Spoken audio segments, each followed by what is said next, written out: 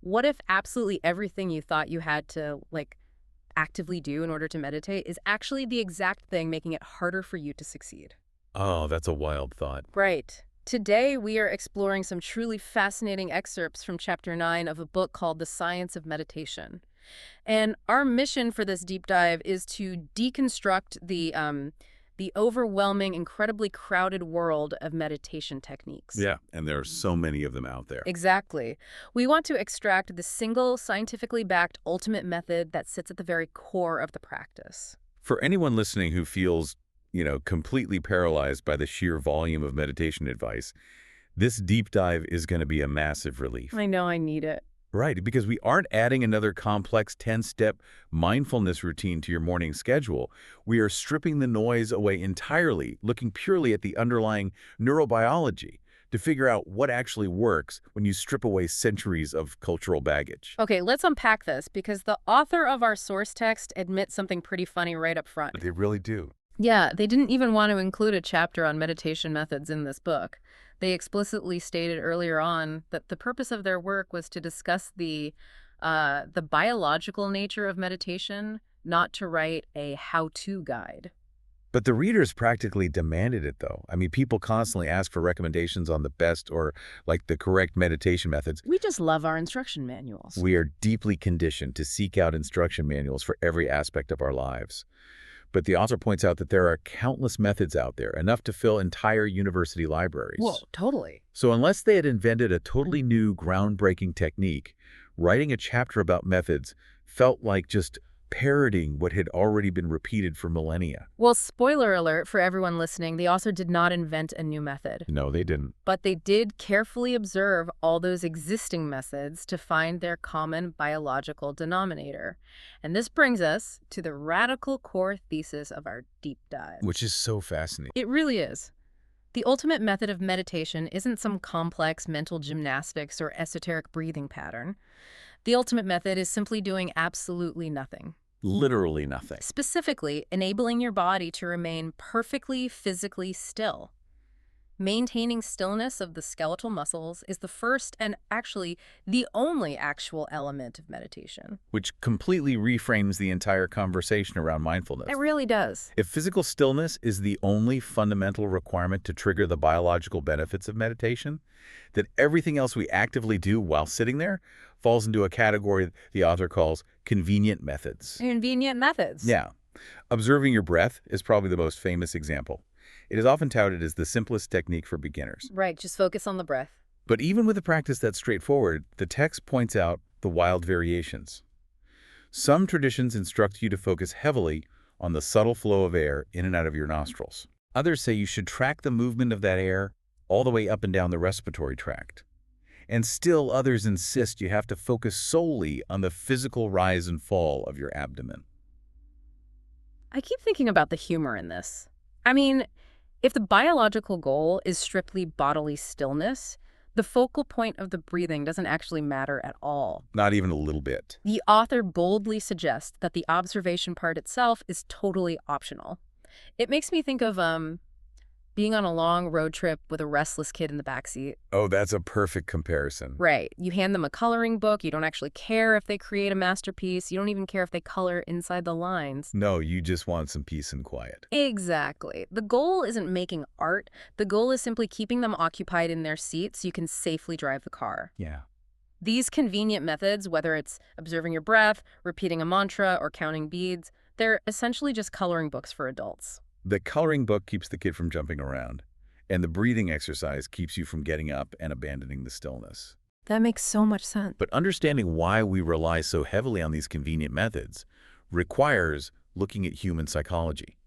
Human nature dictates that we equate value with effort. Oh, 100%. If you approach someone and tell them, the secret to unlocking profound mental clarity and physical regeneration is to literally just sit in a chair and do absolutely nothing. They're going to think you're crazy. Exactly. They will look at you like you are trying to sell them snake oil. We are entirely wired to believe in no pain, no gain.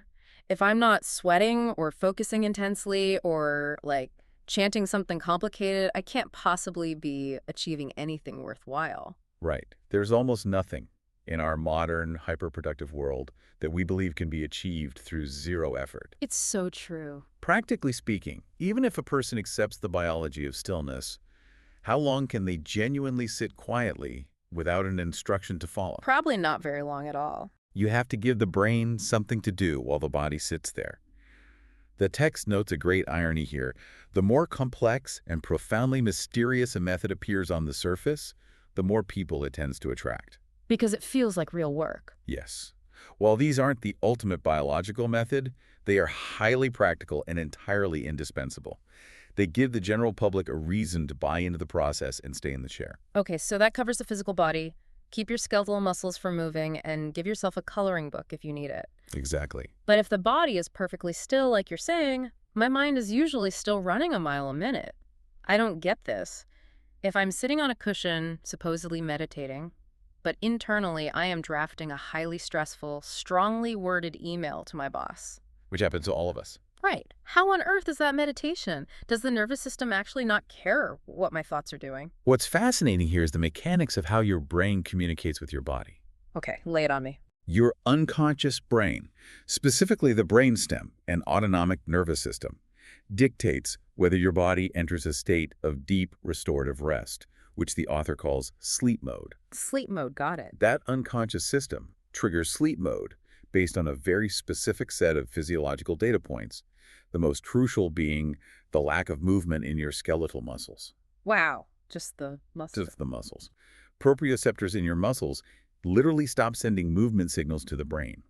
The brainstem registers that lack of physical input and assumes it is time to transition into a resting state. So it's not checking in on my anxiety levels. Nope. It does not check your cognitive centers first to see if you are worrying about an email. So the body leads, and the mind is completely bypassed in that initial trigger. Exactly. Whether I am thinking intensely about tomorrow's schedule or just letting my thoughts wander randomly, it has zero effect on the body's physical descent into sleep mode as long as I don't move. Yeah. That takes so much pressure off the whole experience. It really does. It is biologically inevitable that your brain is going to be incredibly busy the moment you sit down. It always is. The text introduces a specific neurobiological circuit known as the default mode network, or the DMN. As long as your consciousness is awake, it is virtually impossible to force yourself to stop thinking. Okay, that makes me feel a lot better. Right. When you are actively focused on an external task like reading a spreadsheet or driving a car, different neural networks are engaged. But the absolute second you stop engaging with external tasks, the default mode network automatically powers up. It just switches on. Brainwave studies consistently prove this. The DMN is an evolutionary feature. Its entire job is to simulate realities. Simulate realities. Yeah, it prompts us to reflect on past interactions, to envision future threats, and to contemplate our social standing. So sitting down to meditate and immediately recalling a highly embarrassing thing you said at a dinner party 5 years ago isn't a failure to meditate. Not at all. It is literally just your default mode network functioning exactly as evolutionary biology intended. That's right. The sequence of biological events is the critical piece to understand. When you maintain that physical stillness, the brainstem receives those signals of non-movement. And then what happens?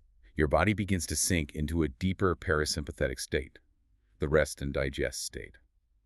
As your physiology calms down, your heart rate drops and your breathing naturally slows. Okay. And your thoughts will gradually diminish on their own in response to that physical calming.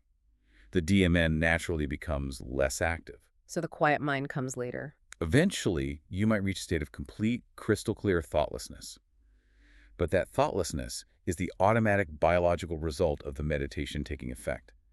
It is not an intended goal that you can force at the very beginning of the session. Man, if that quiet mind is the automatic result of sitting still, why do so many ancient revered traditions tell you to quiet your mind or drastically alter your breathing as the very first step? This feels like a huge misunderstanding of the process. It really is. The author identifies this misunderstanding as reverse causality. Reverse causality. Yeah. Practitioners are mistaking the end symptoms of a deep meditative state for the prerequisites needed to start meditating. Here's where it gets really interesting, because it feels like trying to force a runner's high on your very first step out the front door. Oh, I like that. You hear about that euphoric effortless feeling marathoners get. So you lace up your shoes, step onto the pavement, and try to physically command your brain to release endorphins before you've even jogged a mile. Which is impossible. Exactly. It's impossible. You just have to do the physical act of running, and the high eventually happens to you as a biological byproduct. That captures the danger of reverse causality perfectly. The text provides specific examples of this trap from classic meditation traditions. Like what? Take pranayama, the yogic practice of breath control. Advanced stages involve consciously adjusting the speed, the length, and the intervals of your breathing to make it incredibly slow and even. Sometimes to the point where respiration almost appears to stop, right? Yes. Another example is belly breathing, which involves isolating the diaphragm, moving it deep into the abdomen, specifically to eliminate the rising and falling of the chest cavity. Honestly, trying to consciously micromanage your diaphragm while counting breath intervals sounds incredibly stressful. It triggers the exact opposite of a meditative state. I bet. When an experienced practitioner enters a deep state of stillness, their cellular need for oxygen plummets because their body is in a state of profound rest. Oh, because they aren't burning energy. Exactly. Consequently, their breathing naturally becomes incredibly slow, shallow, and shifts to the diaphragm. That is the biological result. Right. If you take a beginner who is still highly energized and force them to artificially restrict their breathing to mimic a master, Yeah. you are starving their brain of oxygen. Oh. It causes hypoxia, anxiety, and physical tension. You trigger the sympathetic nervous system, the fight or flight response. That's the complete opposite of what you want. It really is. Eventually, the beginner becomes so tangled up in trying to control their chest cavity that they reach a point of panic, unable to breathe smoothly at all, and have to abandon the session. This trap of reverse causality seems to create a major divide between how different cultures approach the practice, too. How so? Well, the text points out that in the East, there is a historical belief that meditation is inherently about eliminating distracting thoughts to achieve enlightenment. So the cultural emphasis is placed heavily on focus, focus, focus. Right. But trying to actively strangle your own default mode network into submission just makes you mentally exhausted. The Western approach falls into a very similar trap, just from the opposite direction. What do you mean? In the West, people generally approach meditation looking for stress relief and mental peace in a corporate world. So the cultural emphasis is constantly relax, relax, relax. Yeah. We love telling people to just relax. But if you sit down on a cushion and you don't instantly feel a wave of profound relaxation, you start to feel anxious. You worry you are doing it wrong, which creates more stress. That's so ironic. The trap is identical in both hemispheres. Both intense, singular focus and profound, melting relaxation are the automatic biological results of prolonged bodily stillness. You cannot force them. Makes sense. The same logic applies to popular buzzwords like mindfulness, being present, or living in the moment. Those sound fantastic on a coffee mug, but you can't just flip a switch in your brain to instantly be present. The text explains that in the deepest stages of bodily stillness, when your DMN naturally quiets down, you simply lack the mental bandwidth to actively recall the past or simulate the future. You're just there. Exactly. At that specific biological moment, your consciousness becomes unclouded and your attention is naturally anchored to the subtle internal sensations of your resting body. Wow. That state is the true definition of living in the present moment. It is a biological destination you arrive at, not an active technique you can perform on command. Okay, so we have completely dismantled the physical prerequisites. You simply have to stop moving your skeletal muscles. Right. And we've dismantled the mental prerequisites. You don't have to clear your mind, and you certainly shouldn't force your breathing. Definitely not. But if breath control and mental focus are just byproducts, what about all the intense, sometimes supernatural sensations people report? The mystical side. Yeah, we are talking about concepts like chi flowing through the body, the dantian as a glowing energy center in the lower belly, or the alignment of chakras and meridians, which are supposed energy pathways. Right. Where do these mystical concepts fit into a strictly neurobiological framework? The author tackles this head-on. From a strict modern scientific perspective, the text notes that these concepts are physiologically non-existent. Meaning they aren't real parts of the body. Right. Modern anatomical medicine confirms there is no physical organ that corresponds to a chakra. There is no measurable biological structure for the dantian, and meridians do not map to our vascular or nervous systems. They're just not there. From a purely biological standpoint, They are often classified as nonsense. But millions of practitioners swear by them. I mean, they vividly feel the warmth of the Dantian or the movement of qi. How are we supposed to reconcile the fact that they aren't anatomically real, yet they are deeply experienced by the people meditating? It's a great question. I keep going back to an analogy the author uses about geometry. Oh, the auxiliary lines. Yeah.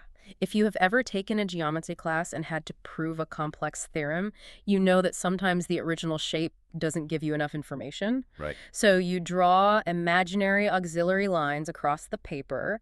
Those lines do not actually exist in the original problem, but you draw them in to help your brain visualize a path to the solution. Exactly. Concepts like chakras and qi are essentially just imaginary auxiliary lines for your mind. They are cognitive tools. If we connect this to the bigger picture, they highlight why a balanced, critical mindset is so essential when approaching these traditions. Wow. Well, the text references D.T. Suzuki, a prominent scholar of Zen Buddhism, who spoke about the necessity of weaving imagination and fact together. Imagination and fact. Yes, human imagination is a remarkably powerful mechanism. Using the concept of a glowing dantian in your abdomen as a focal point, as a convenient method, or a coloring book, like you said, gives your restless conscious mind a landscape to occupy. Yeah, okay. It allows the practitioner to achieve the necessary physical stillness with far less mental friction. There is a massive catch, though, drawing right back to those geometry lines. That's a catch. When you draw imaginary auxiliary lines on a math test, you are specifically taught to always draw them as dashed lines, not solid ones.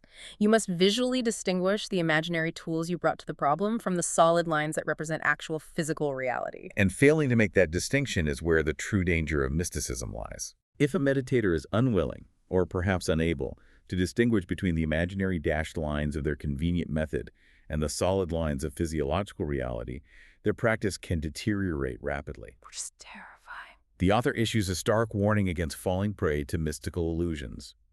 We see this when practitioners start claiming to possess divine vision, believing they are remembering past lives, experiencing literal reincarnation, or developing supernatural powers like levitation or telepathy. The author brings in Dr. Hu Shi, an incredibly influential Chinese philosopher and essayist, to call this out, right? Yes, Dr. Hu Shi was notoriously uncompromising on this subject. The text quotes his honest opinion, which states that confusing these imaginary, dashed line concepts for solid reality leads to embellishment and pretension at best. And at worst. At worst, it leads to outright forgery or fraud. Wow. We see this constantly with gurus who build personality cults around their supposed supernatural abilities. The tragic irony is that the explanation for these intense otherworldly experiences is entirely biological. It's just the nervous system misfiring, right? Precisely. Remember that meditation involves putting the physical body into sleep mode while keeping the conscious mind somewhat awake. Right. In this hypnagogic state, the brain is being deprived of its normal sensory input.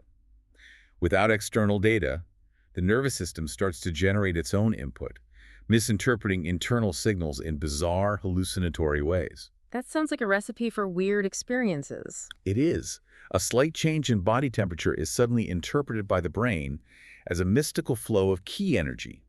A trick of the optic nerve behind closed eyelids becomes divine vision. So it's literally just your brain playing tricks on you in the dark. Recognizing the underlying neuroscience protects you from falling into mysticism, or worse, being financially and emotionally taken advantage of by a fraudulent teacher claiming to have unlocked the secrets of the universe. It is entirely biology. The dashed lines just keep our cognitive brain busy so the nervous system can do the heavy lifting of physical restoration. This reframes the entire goal of sitting down on a cushion.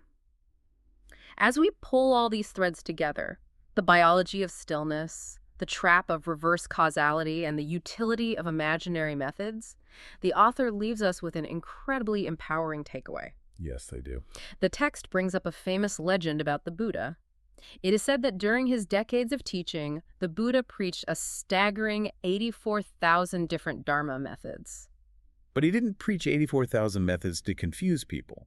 He did it specifically to remedy 84,000 different human afflictions. Right. Every individual has a different psychology, a different background, and different physical limitations. Therefore, everyone requires a slightly different entry point to achieve the same result. The author draws a direct parallel to our modern search for the perfect meditation technique. There might not be exactly 84,000 meditation apps or breathing routines out there, but there are more than enough for every single person listening to find one that works for them through simple trial and error. The golden rule is remarkably forgiving. Any method that keeps you sitting in a chair, any method that successfully keeps your skeletal muscles perfectly still is a good method. It is worth exploring. Because keeping still is the biological definition of doing nothing. And doing nothing remains the ultimate method. This brings us to a fantastic anecdote in the text about Vladimir Horowitz. The pianist? Yeah. For anyone unfamiliar with classical music, Horowitz was born in Kiev, Ukraine, and he went on to win 25 Grammy Awards over his career. Wow. He is widely considered to be one of the greatest, most technically proficient pianists in recorded history, famous for his absolutely superb tone and dynamic effects. Right. And Horowitz used to famously joke in interviews, playing the piano is the easiest thing in the world. It is the classic humble brag of a master. Totally. Someone who has spent tens of thousands of grueling hours practicing complex sonatas, joking that their life's work is incredibly easy. But the author of our text takes a very literal issue with Horowitz's joke. The author points out, I don't play the piano, and I don't know the first thing about musical theory, but I know for an absolute scientific fact that Horowitz is wrong. Because it's hard. Right. Playing the piano requires immense physical coordination, mental processing, and emotional output. It cannot possibly be the easiest thing in the world. No, it can't. Meditation is the easiest thing in the world. And the author isn't saying that to sound like a pretentious guru speaking in riddles. They are saying it because, literally, biologically, physically, there is nothing in the universe easier than the cessation of action. It is the ultimate reduction of human effort. If the sole requirement for a profound biological reset is zero action, simply stopping the movement of your skeletal muscles, it is physically impossible for any other activity to be easier. So what does this all mean for you listening right now? What's the takeaway? It means the pressure you've been putting on yourself to meditate correctly is completely artificial. You do not need a perfectly clear mind to start meditating. Your default mode network is going to wander, and that is biologically normal. Yep. You do not need to master ancient, complex breathing techniques on your first try. True diaphragmatic breathing will happen on its own when your body is ready. It will naturally follow. And you don't need to adopt an elaborate, mystical belief system about energy centers to see results. You just need to find whatever convenient method, whatever adult coloring book allows you to sit in a chair and remain physically still for a few minutes. That's really it. You are already fully equipped with everything you need to do the easiest thing in the world. It completely demystifies a practice that has been shrouded in complexity for far too long. It really does. As we wrap up this deep dive, I want to leave you with a thought to mull over that extends this biological reality into the rest of your life. I love this. We've established that our physical bodies inherently know exactly how to heal, how to reset our nervous systems, and how to reach profound states of mental clarity the very moment we simply stop interfering. Right, the body knows what to do. The moment we stop forcing methods and just do nothing physically, the system regulates itself.